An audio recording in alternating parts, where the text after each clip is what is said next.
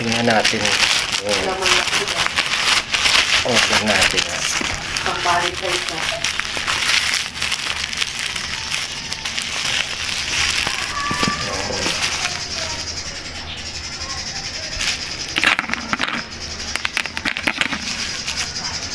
Papalitan natin ito guys. Kasi ayaw nang gumana. Ito yung dati oh. So, ito yung bago. Tanggalin muna natin.